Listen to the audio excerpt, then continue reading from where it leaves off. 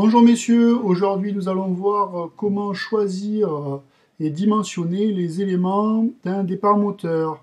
Donc pour ce faire, la première chose à réaliser, c'est de regarder la plaque cinétique et de repérer la puissance du moteur ainsi que sa tension nominale.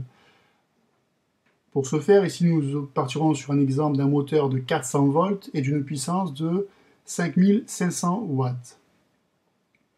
Nous allons donc sur un tableau de correspondance qui va nous donner l'intensité de la charge nominale en ampères. Nous arrivons à une intensité de 11 ampères.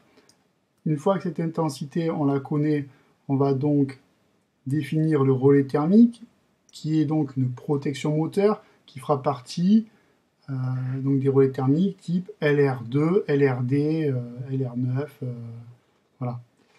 En ce qui concerne le relais thermique, nous savons maintenant qu'il faut 11 ampères, donc nous allons choisir une protection thermique entre 9 et 13 ampères de classe 10.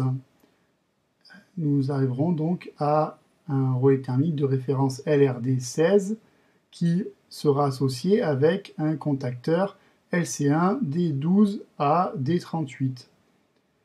Bien sûr, le fusible à associer sera de 16 ampères. Une fois qu'on a toutes ces références, nous allons donc au choix du fusible. Nous avons vu que nous avons besoin d'un fusible de 16 ampères, nous sommes donc sous 400 volts. Faites attention à la taille du fusible. Alors, c'est généralement des 10-38 sur les sectionneurs. Donc nous allons prendre un fusible 10-38 en 16 ampères qui aura pour référence DF2CA16. Une fois que nous avons fait cette partie, nous passons au sectionneur. Le sectionneur, donc, il aura un calibre de 25 ampères avec forcément des cartouches 10-38 puisque nous venons de prendre des fusibles cartouches 10-38 avec pour référence LS1 D323. Et nous terminons par le contacteur. Nous avons vu que nous avions une puissance de 5500 watts, donc 5,5 kW à 400 volts, ce qui va nous donner un contacteur de type LC1 D12.